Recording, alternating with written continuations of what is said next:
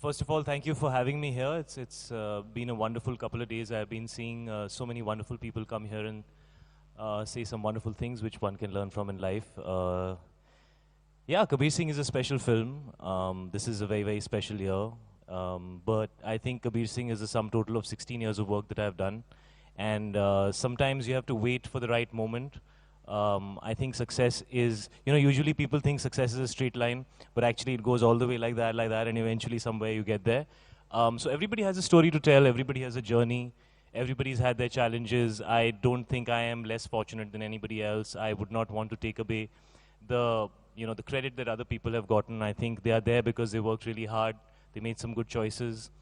They got fortunate, they had a few opportunities. Sometimes, you can only be as good as the opportunity that you get, and you have to wait for the right one, and you have to hone yourself, you have to improve your skills, you have to use the time when you haven't reached that moment where you feel that you have arrived to improve upon yourself, because I think once that happens, you get very busy with doing what you need to do, and you have less time to hone your skills. It's also a good time to look around and see the kind of work that other people are doing and learn to appreciate that. It's important to be humble. It's important to not take yourself too seriously.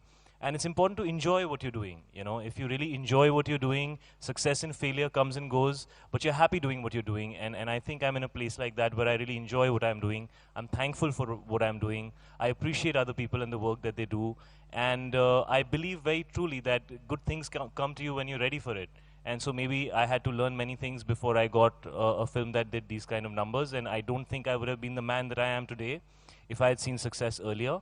And I like the person that I am today, so I'm happy with it coming whenever it does. Jab we met, to all the films that you did you ever feel like you didn't really get your due? Or you were left out very conveniently, as I said? I used to question the choices that I make. I kind of always felt that I had the talent, the attitude, and the focus that was required to get where I needed to get. I felt I filled those ticks, So I used to always question the choices that I make, but films are very unpredictable. Choices that seem very good on paper can turn completely the other way around, and you can look at a movie and say, man, that's not what we thought it was going to be on paper. So it's got to do with so many things. And I think also when you come from outside the fraternity and you're not a part of the film industry, you don't understand many things. I really look back, and for example, when I see Ishan, he saw me become an actor, and he was there in and around seeing how it happens, and he saw me make all my mistakes, and so you learn from things like that. And I think also it's easier to be accepted. You have an in, you're exposed, you meet people, people are curious about you, and so you get to be seen even before you've proved yourself. And I didn't come from that kind of a background. My father was a character actor, my mom was struggling to make ends meet. She was a classical Kathak dancer, and then she also started doing television. So at such times it seems like an impossible dream, but I mean, I'm sitting here today, right? So that the dreams do come true, and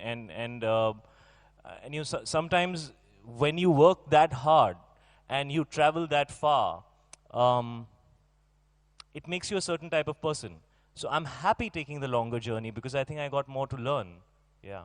You've always been the chocolate boy next door, but your best work, some would say, has always been these crazy characters. I mean, Kamine, then you had Urta Punjab, you had Haider, and now you have this absolutely psychotic character in Kabir Singh. What is it about Shahid Kapoor, and these crazy sort of characters that also resonates with your fans and audiences? So I used to hate the fact that people think I'm just a pretty face. I never thought that that was a compliment, because in my heart I was always an actor. And you need to apparently be conventionally good looking, and it makes it easier for you to become an actor, a mainstream Hindi film hero. And therefore you try and groom yourself. But deep inside, I just wanted to act, man. I wanted to do movies, I wanted to play characters, I wanted to surprise the audience. I wanted to change the game, I wanted to, express myself in different ways. And so there was always this need within me to go out there and do something which people don't expect me to do. Because that's where the fun's at, right? So the anti-hero really worked for Shahid Kapoor, the hero. How I look has nothing to do with who I am from inside. And the choices that I make as an actor have to do with what I connect with emotionally, personally, intellectually, creatively, and those two people might be very different people. And so I'm happy changing myself in every film. I mean, in the last 6 or 7 years, I've never repeated a look. I've always tried to change my silhouette, you know. So chocolate boy, whatever, whatever. I found that very juvenile. You know, I think cinema and acting is way beyond those stereotypes that people tend to talk about, or those headlines, or those categories that people tend to put you in. I think cinema mirrors life, and I think some of the most potent experiences in your life can be in a cinema hall. You can make people cry, you can make them laugh. It's not just about looking at yourself and saying, oh, look at me, I look so good, look at my arms and look at my abs and look at my hair. You know, there's much more to cinema than that, and I think today we're in a time where films are doing well, characters are being liked. The rest of it is like, you know, when I come to places like this, I have to wear nice clothes and I have to make my hair and all. That's all nice. I enjoy that. But I live for movies. I live for characters.